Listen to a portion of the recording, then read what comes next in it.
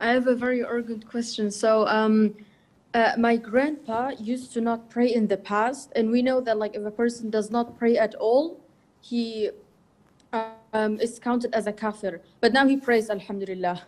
But my mother doesn't know whether when my grandfather, who's her father, she doesn't remember whether he was praying at the time where she got married to my father or not. So I'm worried because a kafir cannot count as a wali of a woman. So I'm worried whether their marriage is valid and whether I'm attributed to my father now. What is this? Is this a joke, Dima? Now you are cascading things that are way above your pay grade. And this indicates a grave error in the way people think. So my grandfather did not used to pray, but now he prays, Alhamdulillah. So we know that he is a kafir. No, you don't. Who labeled him as a kafir? Sheikh, I heard somewhere on the web, I don't know, maybe Islam Q&A, maybe Islam Web, that who does not pray is a kafir. We said a gazillion times that this ruling is theoretical. I don't come to brother Ahmed, who's my neighbor or colleague at work, and cascade it on him by observing him and say, I haven't seen him pray for 2 weeks. He's a kafir. Boom, labeled him, stamped. This is not Islamic.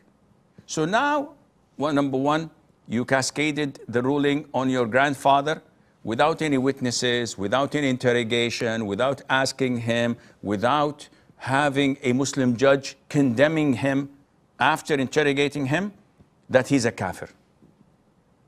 This is error number one. Error number two, now you want to cascade this ruling on him being a wali to your mom when she married your father.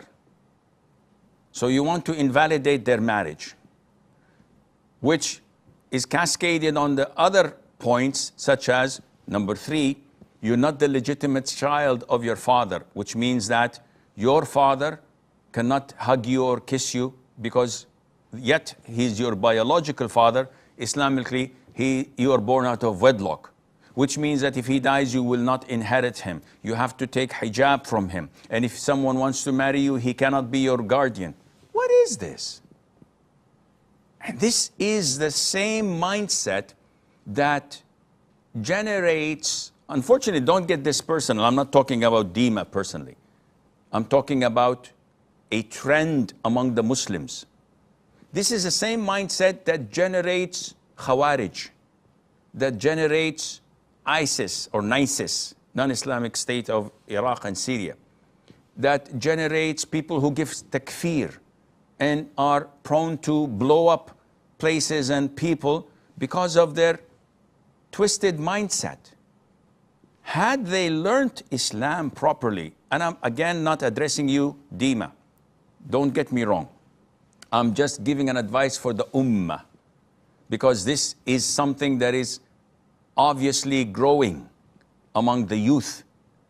They pick up a word or a statement from a sheikh and they cascade lots of scenarios and they act upon it without going back to the sheikh himself. And if they went to the sheikh, probably he would have scolded them for their approach and the way of thinking. So definitely all what you have mentioned in your question is bogus and baseless, and you have to erase it from your memory and move on, you and your mother as well.